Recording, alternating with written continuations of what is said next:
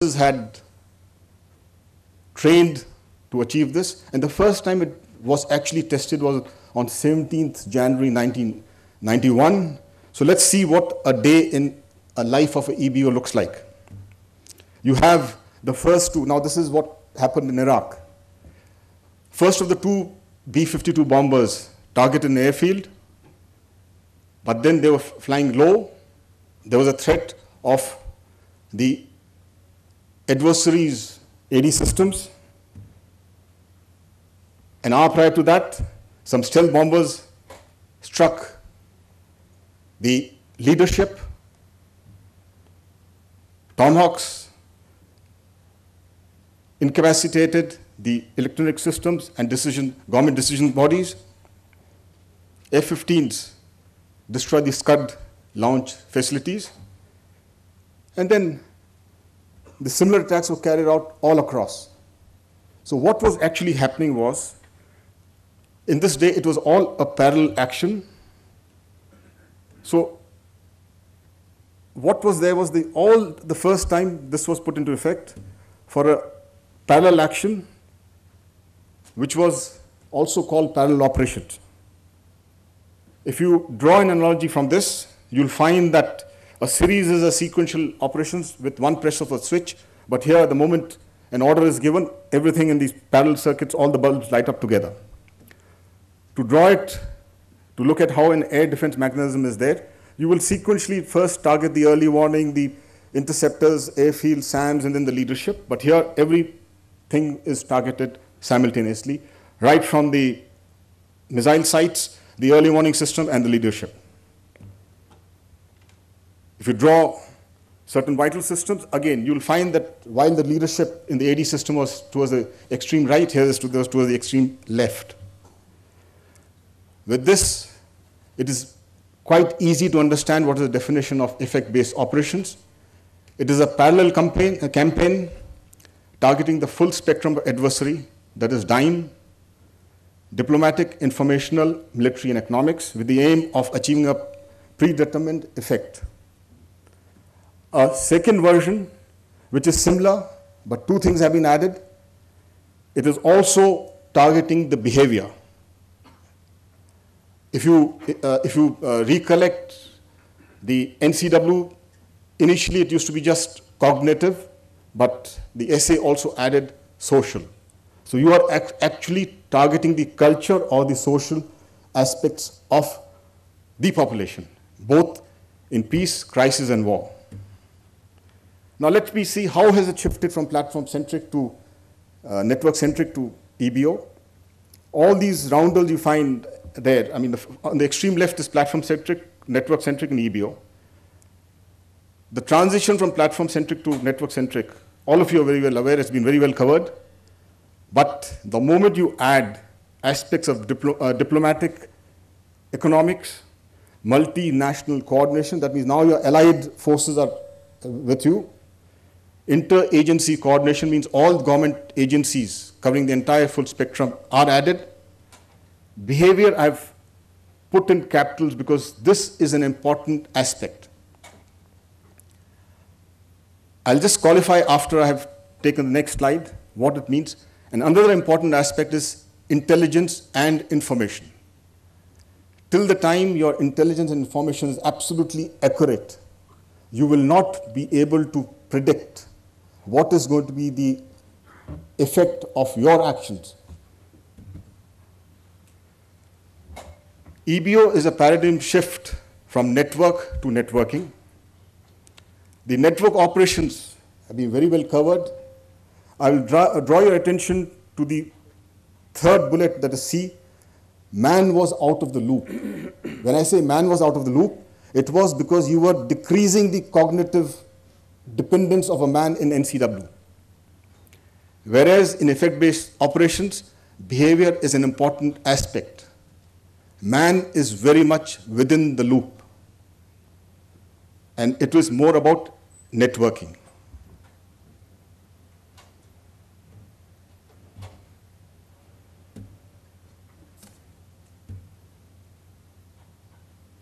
Okay. EBO is actually handled in 3 tracks. for my friends in white, if they find that a mention of Navy is not there, but it is there, it is very much applicable in both track 1 and track 2.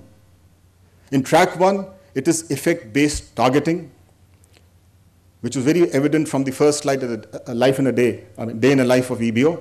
It is primarily by the Air Force and long-range weapon or missile systems. Track 2 is EBO, which is looking at the determination of an end state, primarily adopted by the army commanders or the men in OGs, duly supported by all the other 2 services. Track 3 is shaping the behavior.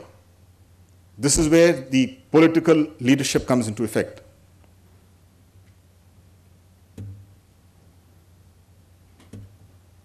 Okay, now let me just cover how are we, in this slide, a diagrammatic manner. Whatever you see in those squares gives you the army, when I say special forces, it is including the strategic forces, Air Force, Navy. Then you find the diagram below that is giving you certain vertical lines. I'll explain that when it comes. So focus, initially it was to deconflict, then stitch the seams of all the 3 services to have a lateral integration. When I say 3, I'm including the special forces also. It has all been talked about that we must integrate. It cannot be an operation by a particular service. That is what was also highlighted, that this integration has to be there.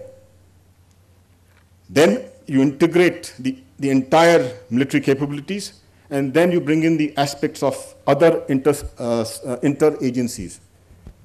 If you see the horizontal lines, all the 4 service components of military have carry out their own respective training based upon their specific doctrines and needs. But you will find that the entire military is clubbed together, is bundled into one, because all the training that is carried out is interrelated to achieve a particular effect. And it is supporting, and jointmanship is already there. Then you carry out a joint training, inter-agency training, and then multinational. If you look at the one which is there right up to the current state, you have well-placed processes in place for training amongst the 3 services, and within the services, you have joint training being carried out.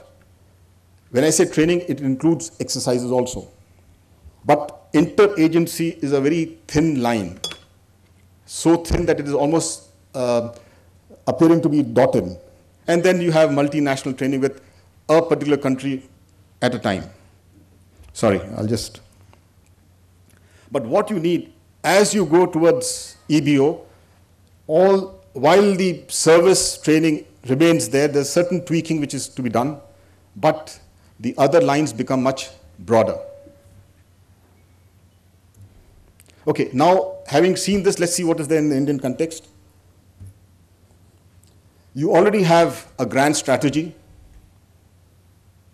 It deals with full range of issues associated in the pursuit of national interest, diplomatic, information, military, and economics.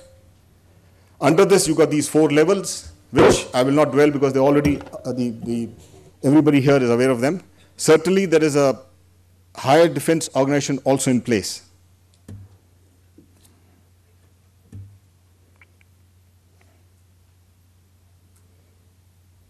There are certain networking initiatives have taken place. At the national level, you already have mission mode programs in terms of smart governance. You have an exclusive secure network connecting all stakeholders at strategic level, which includes the men in uniform, being set up by BSNL. And you also have a national ICT infrastructure which is already in place. That also can be used by this. At the strategic level, the Defense Communication Network, and also the interconnection between the service headquarters over the network for spectrum, a part of which is the Air Force part, is already in place. And at the service level, you're having your tactical, in the tactical area, the tactical communication systems. When I say tactical communication system, it is not confined only to the army, but all the three services. Now, what is the existing interagency integration? If you look at our tricolor, it is what is, everything should be there and interconnected. You have an headquarter IDS and the second circle, which is within the military wing of the nation. You have a headquarter IDS, all of them are connected, but everything is, though there is a lot of coordination laterally, it is there. But where the pitfall is, the disjoint between the other national assets. This needs to be grouped and clubbed together. What would it look like? This is exactly what is desired. You have a joint command and control system right at the heart. You have the military wings and MOD which is there, and all the external agencies which were in the periphery and not connected. Yes, I will not say that they are physically not connected, but the processes are in place wherein they are supporting each other at that level. So it is not that it is non-existent, but this is when you're looking at the automated aspects. They all come up and they have a joint int and imagery systems, op planning and doctrines, fire support systems, and also joint training, which was amplified in the diagram of the blobs and the horizontal lines. This is exactly what is required if you want to have an effect-based operations capability in a nation. And this is what is the objective, and we are moving towards that. As you can see, the initiative which have been taken in form of networks. With this, let me just conclude. There has been a tremendous effort to achieve effects-based operations. There has been a great amount of analysis of this in USA, which is already a step ahead when they used it in the year 1991. But there's one caution which I want to put. It is very difficult to quantify the behavior or a culture of a society or an individual. A case in point, how do we grade the bravery of a soldier who's facing the bullet, and irrespective of all the odds, against all odds, he's capturing an objective? That can never ever be quantified. Secondly, all these major complicated jargons which are going to come up in the EBO, they have to be translated to these foot soldier on ground, especially for the men in olive greens. So there is a caution that don't complicate the training and percolate effect-based operations towards the army. Considering this, the doctrine, the US Army training doctrine was reviewed, and they, by General Mattis, who said no effect-based operation-specific training would be carried out for the army. However, effect-based targeting for the US or any Air Force worldwide is very important. That's just a caution. So the critical areas as flashed, they've already been covered, and you're all aware of, but I thought I'll just summarize these four. Next slide, which I'm going to show, is based on a dissertation which I had written. The hypothesis of which was on NCW was Indian armed forces are network-centric operation armed forces. So it was dissertation which was made considering the NCW. I tweaked it a little bit here, and with some inputs were taken that time in the dissertation. I've tweaked it to incorporate certain EBO aspects also, which, but certainly those have not been as well tested. So what does these scores look like? If you see on the x-axis, you have network-enabled force, stitched armed forces, integrated military capability, interagency integration, and so on and so forth, right, going up to the economics. What you see in blue is the desired effect, and what you see in red is what is existing. Having considered all this, what is the overall scorecard? Certainly, this is debatable, but this is my perception, and certainly I'm not a principal who can give marks, but certainly I thought to just give a perspective what we are is, we are around 55.58%. But I leave it to the august audience, what should be the pass percentage in any operations. Thank you very much.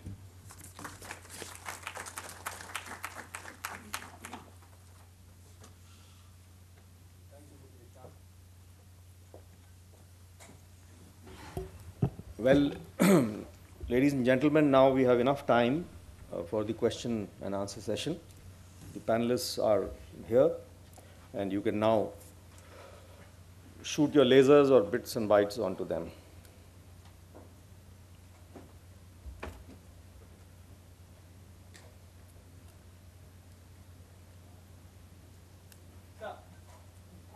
My question is to Brigadier Chand, sir. You show that last two slides, there are certain elements which are not integrated. So how do you feel, who should do the integration? Let's say it's a multi kind of agency that you show, and any one organization may not be able to take on the part of integration. So do we have anything in place? One. That brings me to the second part. The last part, one slide. One slide you showed how the integrated picture should be, in which you showed all the blocks of all the services and the IDS and the MOD on the capping. I think that needs to be changed if you think about integration. If I may, the idea should be encompassing all the other three things, and the MOD should have encompassed the whole lot. And that then can start the integration with other agencies, which you feel are right now. Yeah, please. Okay. Fortunately, since I am from joint communication electronic staff looking at the joint communication aspects also, there are certain policy decisions which are there. The integration of communications is taking place at the strategic level, and that is where the DCN is coming in place. It will be looking at the strategic aspect. So the interconnect is going to be up to the core headquarters, down to the core headquarters, and then lateral connections is going to be there. So it is going to come up. It was a very deliberate decisions taken by a very able body who carried out study on levels and points of interconnect. So that was deliberate, and that is how the architecture of DCN was worked out. We have the DDG PMO DCN also here, and I'm sure he will be supporting what I have just said. Secondly, each network, though the technology may be same, but its usage, its exploitation, its service level agreements, its qualities are varying from between Army, Navy, and Air Force based upon the pace of operations and also the reach. So that is why it was taken that we will be stitching together at the strategic level, those that is already in place. And certainly stitching is not only the communication, it's also the joint operations where organizations are in place to stitch that up. The second part, I just forgot. The second question. Yeah. Okay. Look, while the Indian Armed Forces works under the broad strategies worked out at the Higher Defense Organization where it is there, but it may not be correct to have the executive bureaucracy of the MOD over encompassing the expertise which is available in the three services. That is one. Drawing that analogy and bringing it down a little further, to have headquarter IDS in the current form as one hat being an expert of the nuances of service-specific doctrines and strategies there, and overriding and controlling them may not be the right approach, and that is why that is not coming up. This is the approach which is going to be followed. All this has been deliberated at length. Yeah. Does it answer your query?